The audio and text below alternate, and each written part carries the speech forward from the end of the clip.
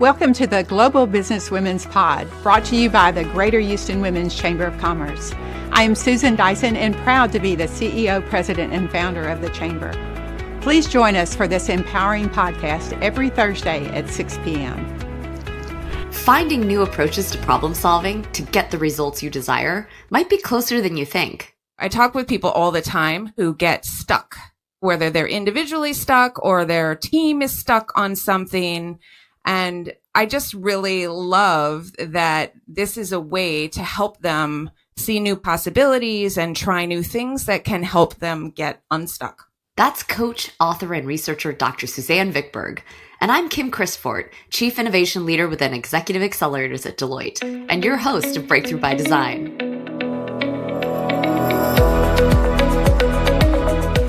On this episode, we're mixing things up and bringing in a special guest host, Paul Silverglate, leader of Deloitte's Executive Accelerators team within Clients and Markets Growth.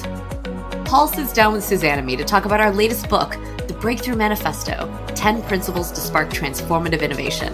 And with that, I'll turn it over to you, Paul. Welcome. Thanks, Kim, and welcome to the show as a guest, as well as with your co-author, Suzanne VICKBERG. I'm so excited to dig in this book. But before we go there, I know you've been using the Breakthrough Manifesto for quite some time in your day-to-day work in the greenhouse. Tell me a little bit more about how it came to be. I do feel like I should share a story of the origins of the Breakthrough Manifesto because it actually was born in a cafe in some ways.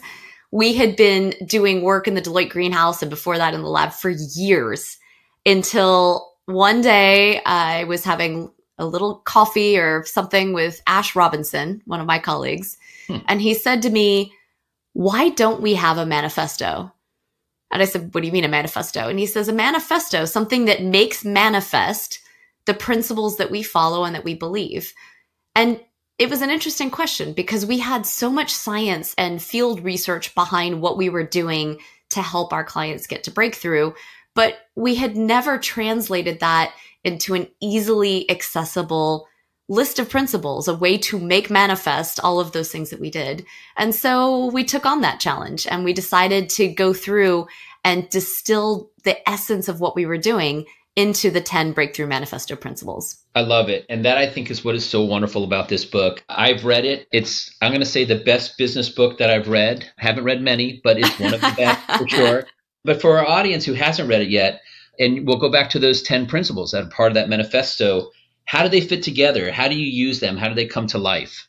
So there are 10 principles, but they don't need to be used all together, all at the same time. They're really designed to mix and match and also to use in the moment where it makes the most sense for you.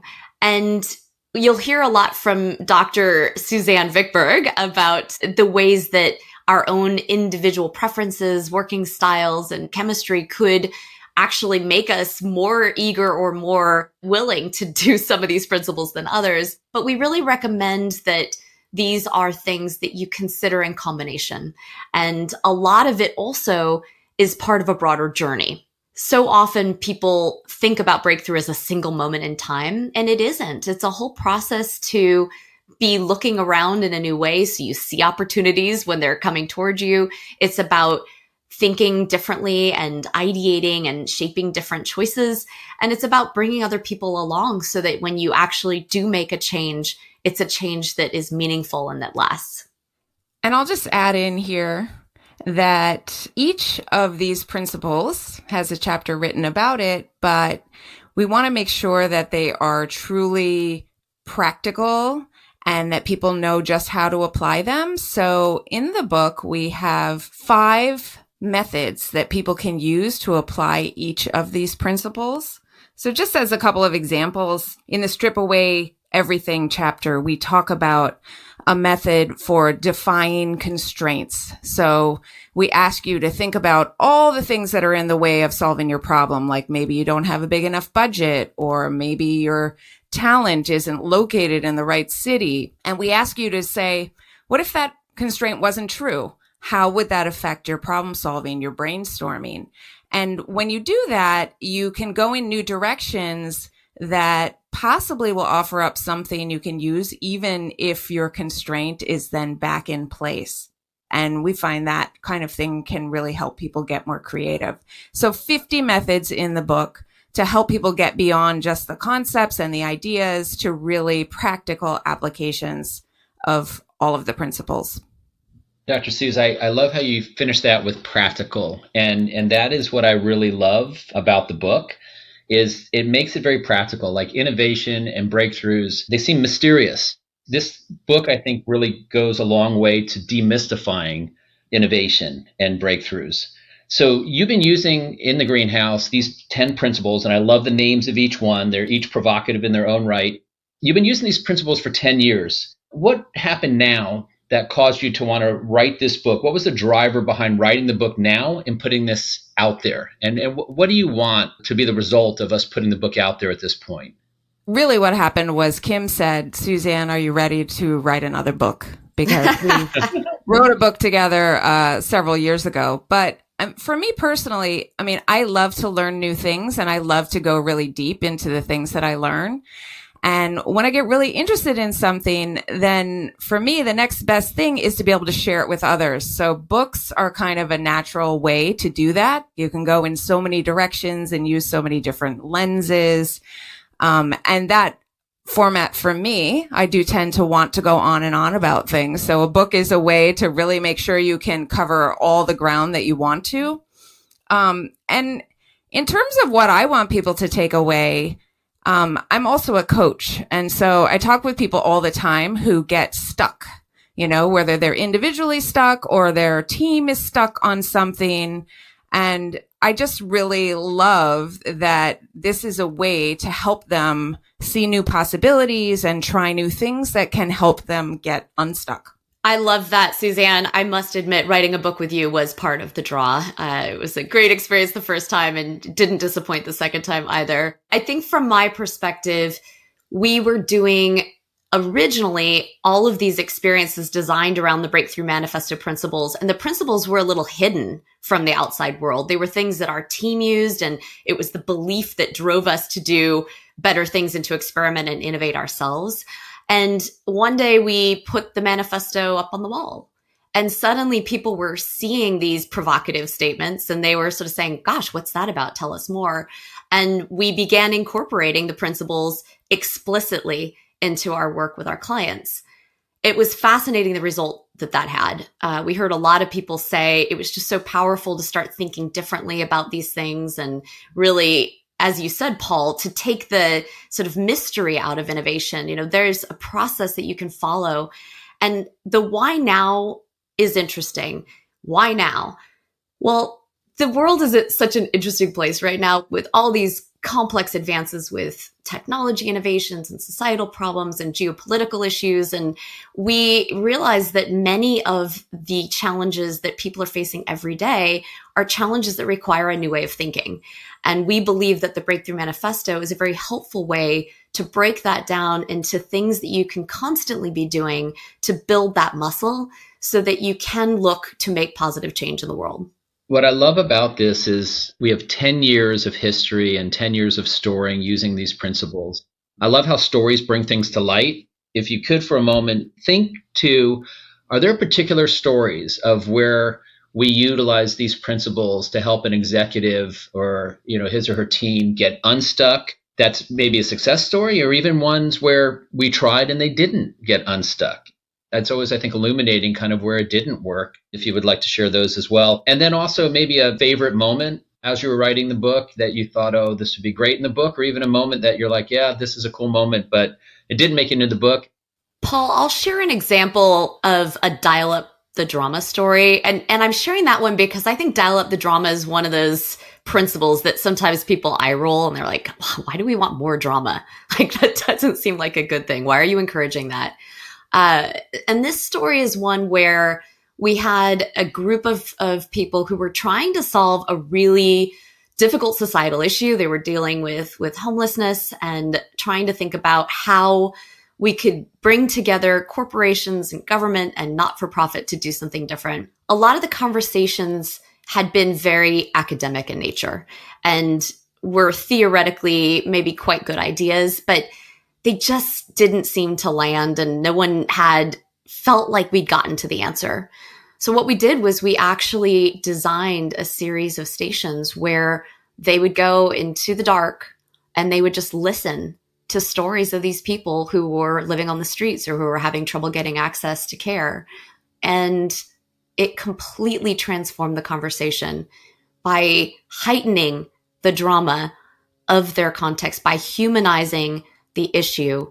We were able to change the nature of the conversation and really solve for the human beings and not just the theory behind all of this. We were able to engage people quite differently, and they got to more creative solutions. I'll just add to that in terms of favorite moments or maybe even surprises while writing the book, some of these principles, as you mentioned, Paul, they're provocative, and the way that we talk about them can be provocative.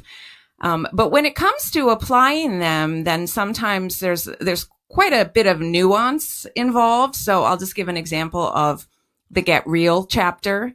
We say to get real, show more of your human self and be vulnerable at work.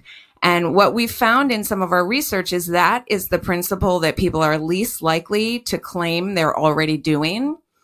And when you ask people to do this, and when you think about why they're not doing it, you uncover lots of complicated reasons that people hesitate to get real with their colleagues, to show who they really are, or to just really be more human and maybe strip away some of those expectations about what we think it means to be a professional.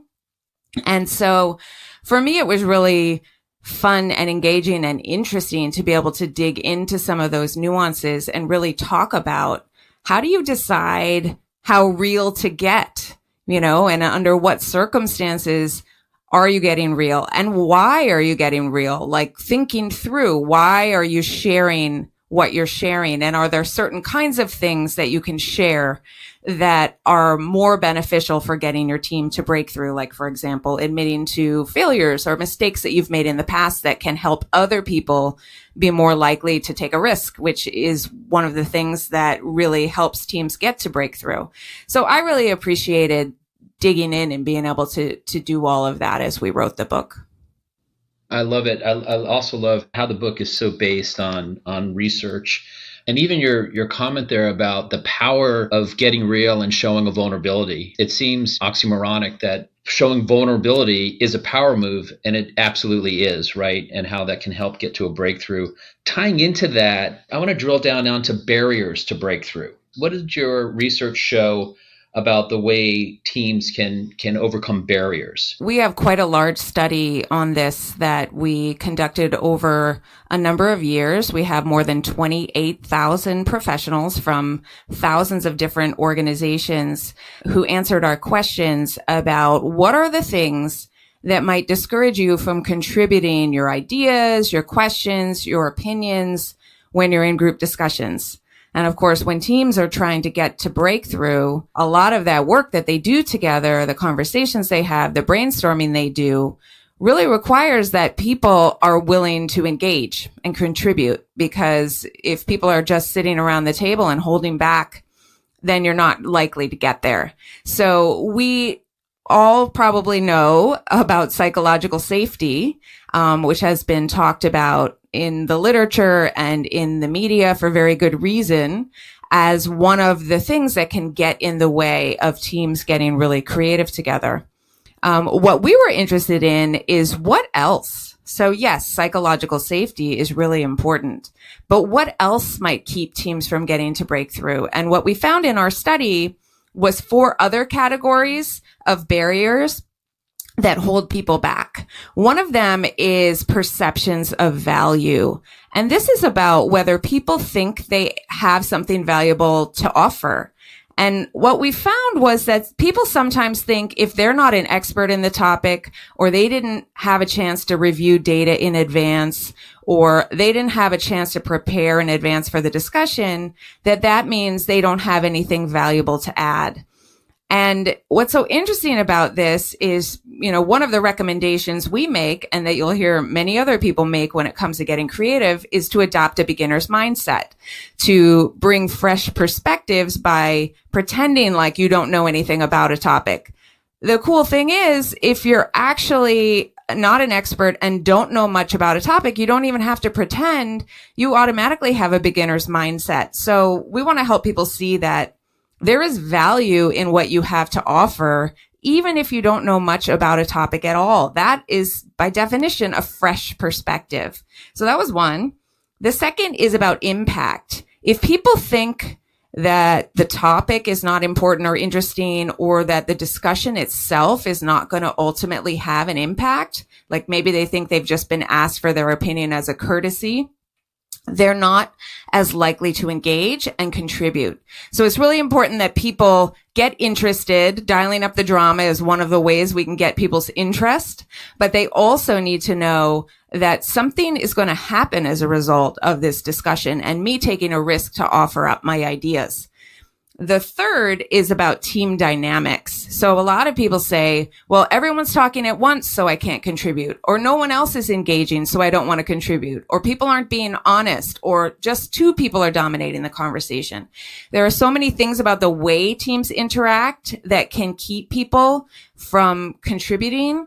And so really paying attention to not just getting a bunch of diverse perspectives in the room, but looking at how do we talk to each other? How do we work together? And making sure all those perspectives are welcome. And then finally, belonging. If people don't feel like they belong, if they don't feel they can be themselves or get real, if they don't trust each other, they don't feel comfortable, then they are not as likely to share.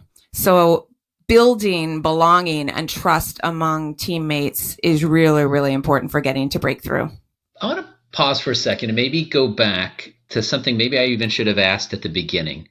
Why is innovation so important?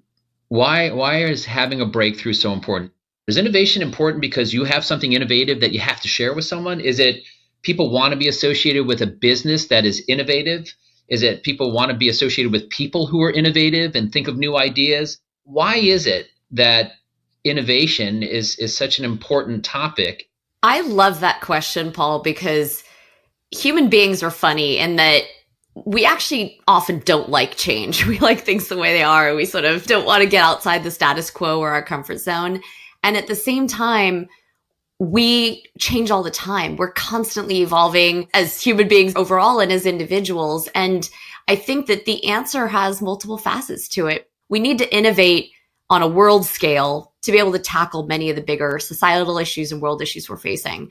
But on a much more personal level, all of us have untapped potential that sometimes we're afraid to explore. Check Your Edge is the chapter that really goes into that in more detail. We have potential that we can discover. And if we do discover that potential and see how to unlock it, we can be much more satisfied in our lives. We can do things for others in a new way, engage differently. We can show up differently.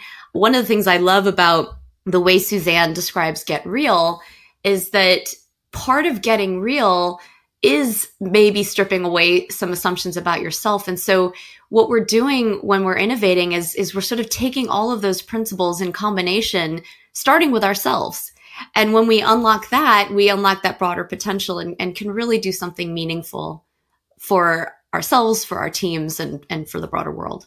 What I'm hearing you say is it's kind of a human attribute to want to create and to want to do something different. And maybe, and you tell me if the analogy works, but it's kind of like if you like to sing, you still could benefit from singing lessons. If you like to draw, you can still benefit from going to art school. If humans want to build, they want to create, they want to think of things differently.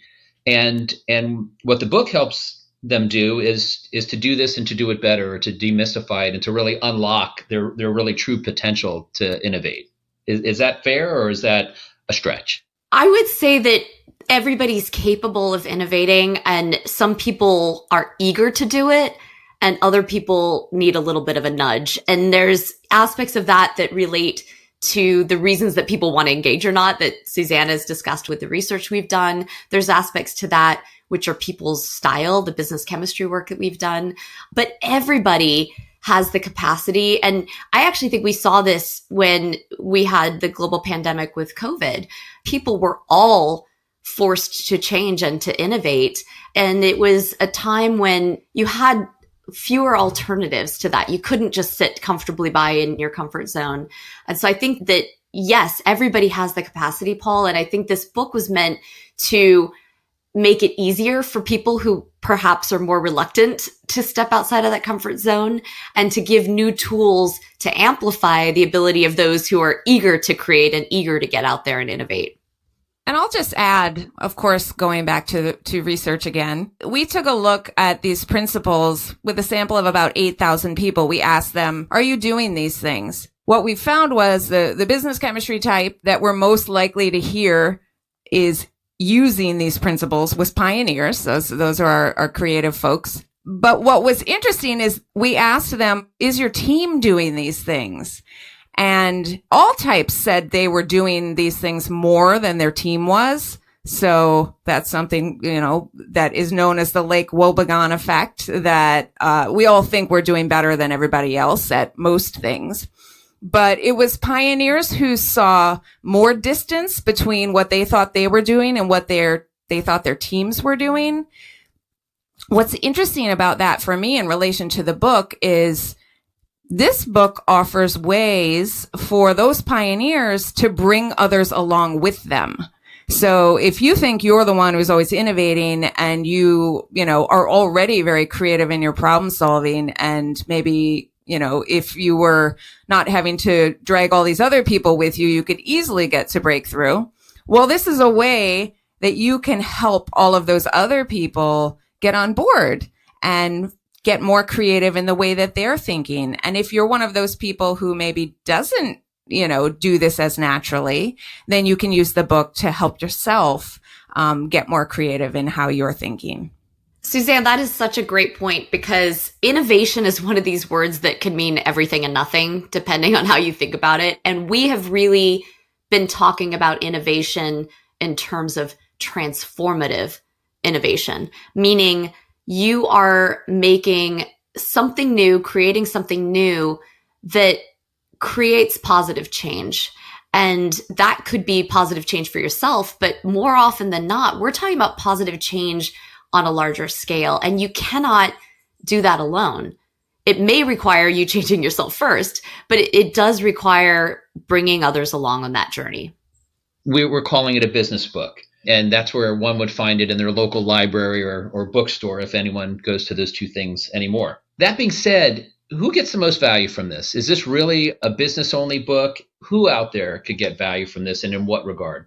Human beings will get value out of this book. I mean, maybe dogs. My dog seems to really like it, but no, I think it's fascinating to us because this definitely started as a business-oriented thing. It was a set of principles we used every day with our clients, but it's very clear to us that every single person has the potential for breakthrough.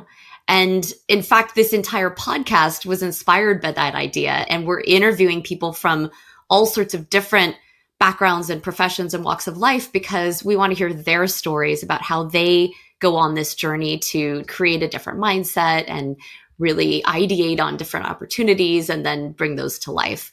So I believe that people who are looking for inspiration, people who are maybe needing encouragement to step out of the comfort zone, people who are looking to up their game with innovation, and people who are looking to make bigger change, maybe tackle something bolder than they've tried before.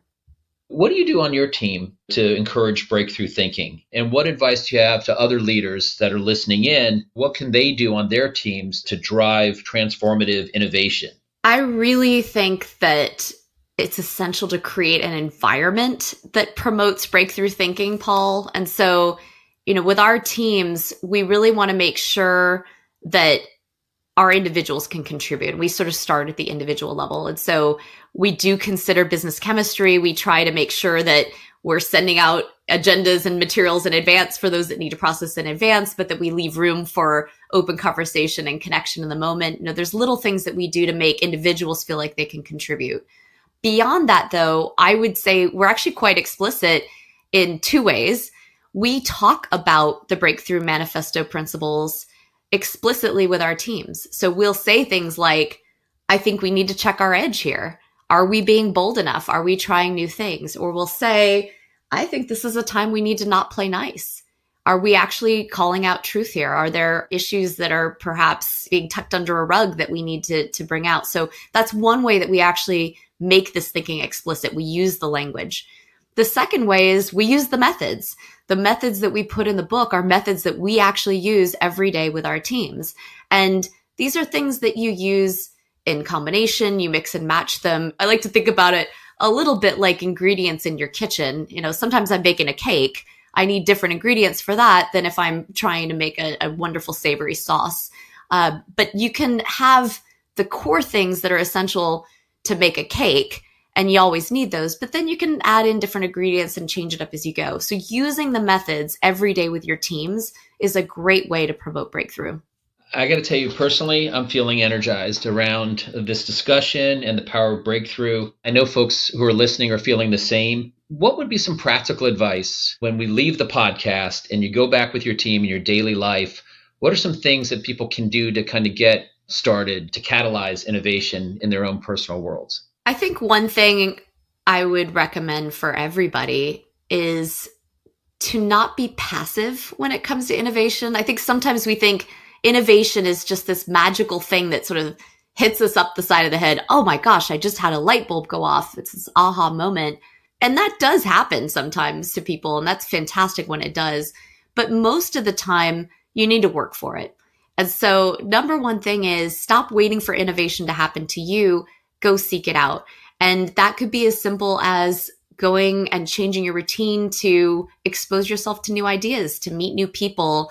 We try every time we have to go to a city for an event, we try to visit something locally. That might be a museum, it might be a special restaurant, but something that is outside of our normal day-to-day routine. That can be a great start to get your mind churning.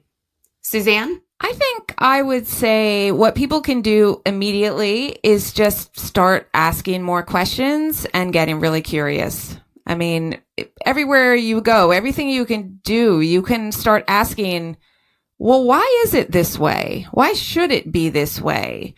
What if it was different?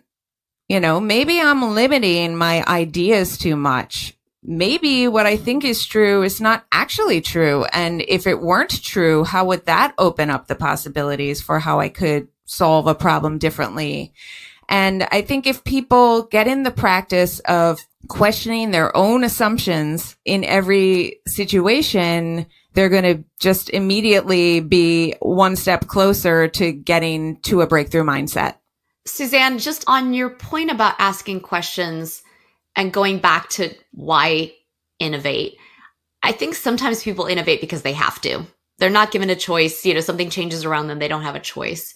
I think where we see opportunity is to intentionally seek opportunities to innovate, which requires asking those questions. And, we're not trying to change things just because we're bored.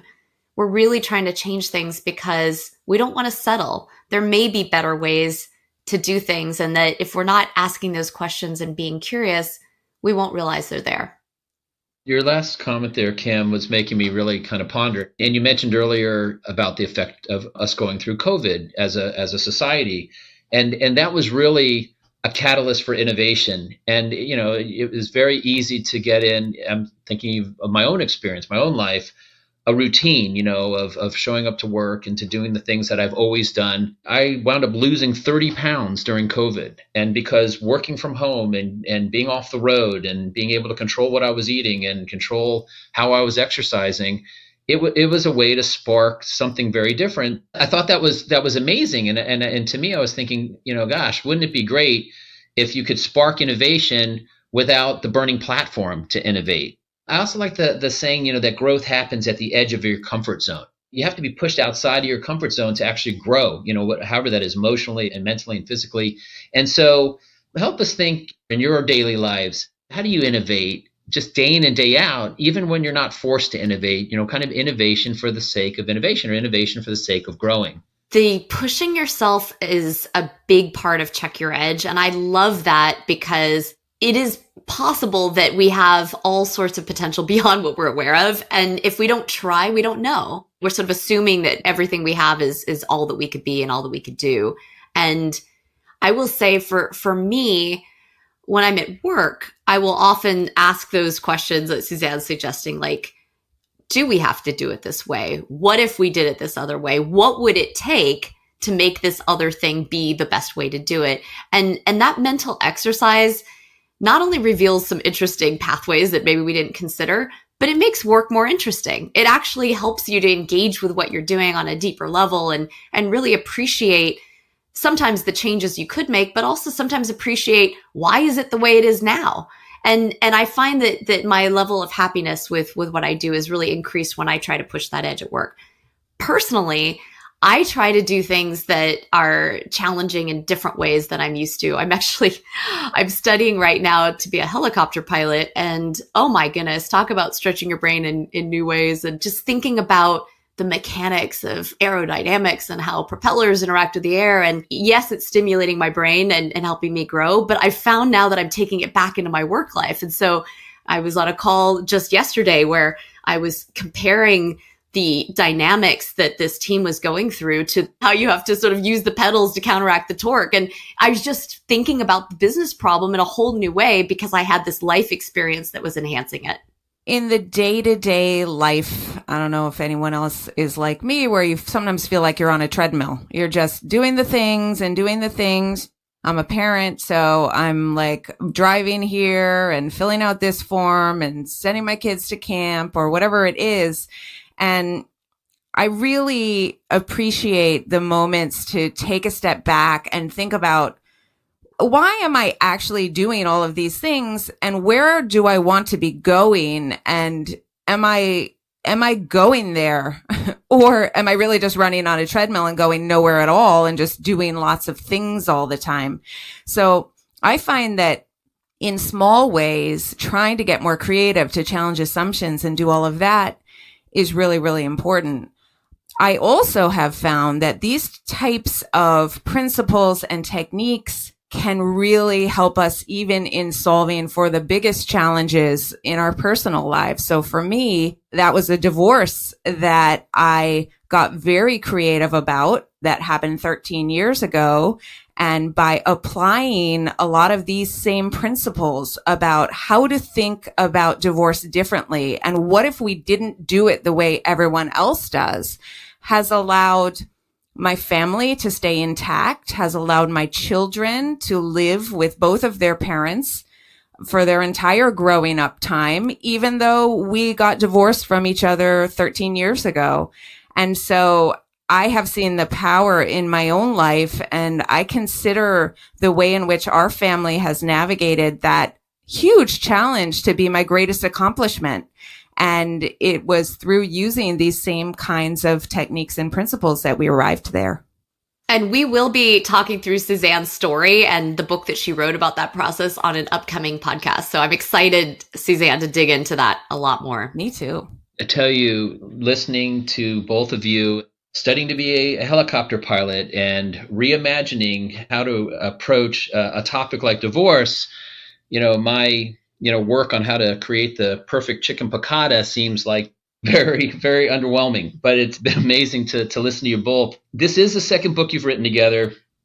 How did you approach working together on this book? What worked? Obviously, you have a great rapport with one another, and it was successful the last time, and it's successful this time. What worked about that? And then, for folks who are thinking about this, what didn't work? Well, one of the things that was different about this book was we wrote it without ever getting together in person, which is just a sign of the times, right? We had one lunch. I don't know if you even realize this, Kim.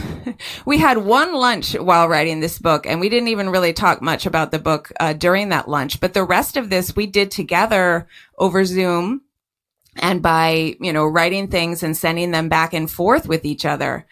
But we started the process with a series of sort of extended Zoom calls where we got together and we pressed record and we just talked with each other about the principles and, why do we have this principle and why is it hard to do and why is it so important and where have we seen it happening in teams and with the clients that come in to work with us.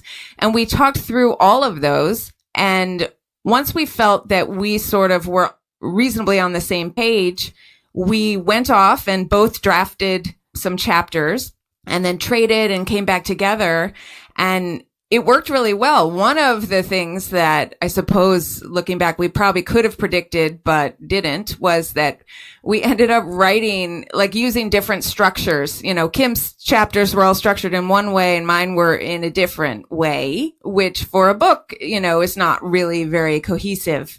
So we had to do some rework that was frankly somewhat painful, just to make sure that we were producing something that was going to make sense to people, so they wouldn't feel that they were in the middle of a sort of chaotic process. I remember that moment, Suzanne, because I ended up printing out all of our chapters and laying them out on the floor of my house so that I'm such a visual person, so I could visually see, where are we aligned, where are we misaligned, what's too long, what's too short, what's structured with subsections. Like, it was a very pivotal moment. And yes, it involves some additional work, but I'm pretty happy with where it landed as a result. Me too. There is one other question I think we should ask, which is, Paul, how do you think about breakthrough? Like, what does breakthrough mean for you, and how do you see it in your life? That is a good question. I do feel like I get too complacent or too set into my routine and almost even crave difference for difference sake. And it's funny because I'm kind of like a Jekyll and Hyde sort of a thing, where I really love original people, you know, people that show up or act in a way or bring something to the table that you didn't expect or you don't expect or doesn't seem to fit the mold. I love that feeling. And that's who I tend to surround myself with. And I'd like to be seen as that kind of a person. Yet I find that I can get into a routine, or I can get into, you know, ordering the same thing at a restaurant or doing the same thing when I come to work, and it drives me crazy. And so for me, you know, doing something innovative or coming up with a different idea or coming at something from a different perspective, it just feels refreshing. And so, you know, that's why the book is so interesting to me, because it really gives very tangible, tactical, practical things to do to kind of help break that mold and help me self-energize the things that I really like to do and how I like to show up. I love that, Paul. Well, thank you both. I have to say, I learn something every time I speak to you, and your energy is contagious. I really appreciate, and speaking on behalf of everyone, thank you for sharing these 10 principles to spark transformative innovation. And I really appreciate mostly the practical nature, you know, like how to demystify innovation. Like we said at the beginning, it's a wonderful book. I can't wait to hear feedback from how folks are utilizing these in their daily lives. Thanks, Paul. Really, really appreciate it, and really appreciate all the support from you. And one thing we should say, actually, in the making of this book is that the Deloitte Greenhouse is global, and we really tapped into the global community to get stories to enhance this and bring it to life. And so a big thank you to the global community of the Deloitte Greenhouse for all of their contributions to Breakthrough. Thank you so much for joining us. We will see you again next Thursday at 6 p.m. For more information about the Chamber and our podcast, please visit us at GHWCC.org.